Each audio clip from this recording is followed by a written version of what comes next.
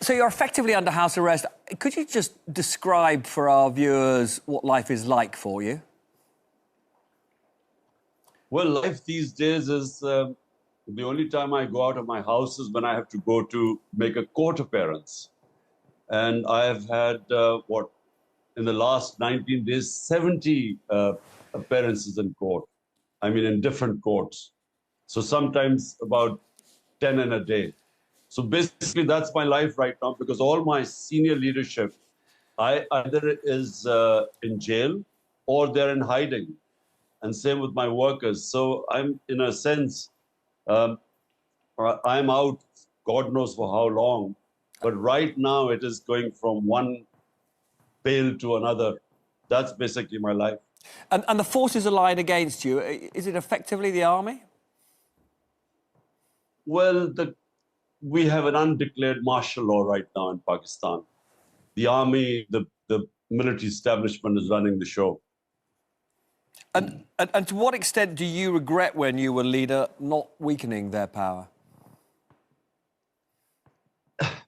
Look, the army has ruled Pakistan directly or indirectly for 75 years. So, you know, for me to have come in and thinking that I can, you know, get rid of the army from the from governance scene is really not possible. So, but you know, I had to work with them, and that's the only way to do it, because it's the only entrenched, organized institution in the country. So when the whole governance structure is, the other institutions are weak. By the way, I succeeded for 3 years. I mean, I managed to work with the army, and actually managed to get most of my economic agenda done.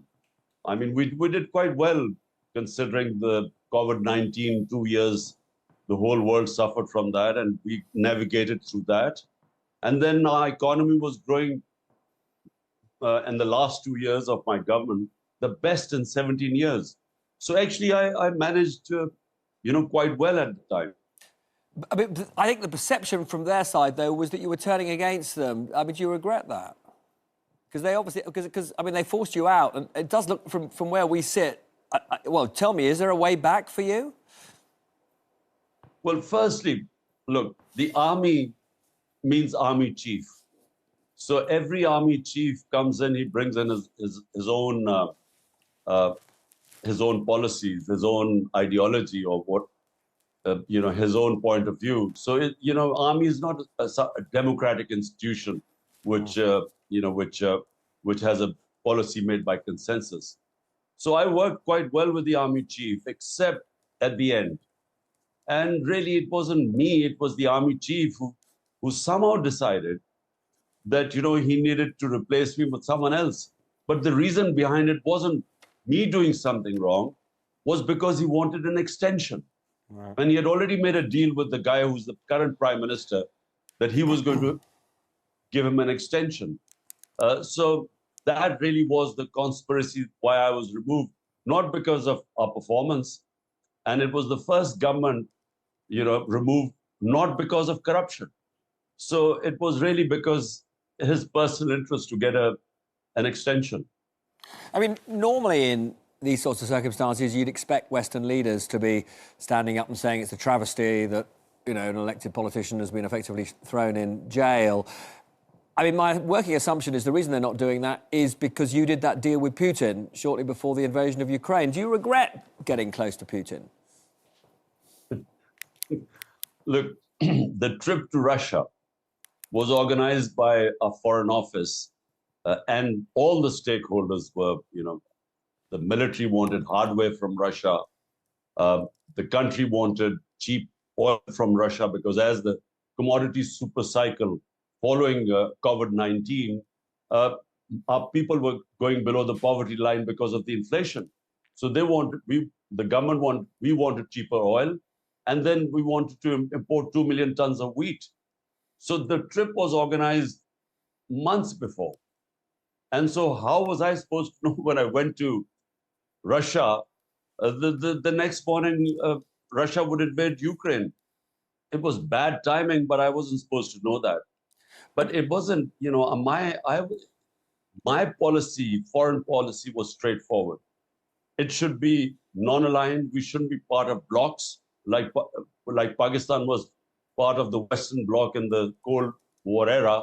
And that meant the whole of Central Asia and other countries were out of bound, whereas India was non-aligned. Yeah, And just to be clear, you remain.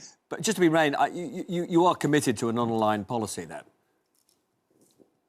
Yes, I mean, my point is, we participated in two conflicts. One was the Afghan Jihad, when we were part of the Western Bloc against the Soviet Union, and it was launched from Pakistan. It left us with severe consequences. Secondly, we participated in the war on terror 10 years later, and 80,000 Pakistanis died, plus $100 billion lost to the economy. So my point is that our top priority of our government should be the 100 million Pakistanis vulnerable just above or below the poverty line. And you can't care about your people if you become part of a conflict. So, that's what was my philosophy. No, I get that. So, I mean, broadly, you're not surprised that the West isn't supporting you personally? I don't really need support from other countries. But all I expect from other countries, especially the Western countries, who talk about the Western values, about democracy, about rule of law, about against human rights violations, custodial torture, and so on. All I want is that they should be consistent about these things. They should not come out just because when they want to, beat up China on Hong Kong or Uyghurs or Russia. It should be consistent. Yeah. Now, Pakistan's democracy is being wound up. It's being dismantled. And it should not be about me. It should be the fact that a country of 250 million people, if the democracy is wound out, rule of law is gone, 10,000 of my people in jails, facing custodial torture,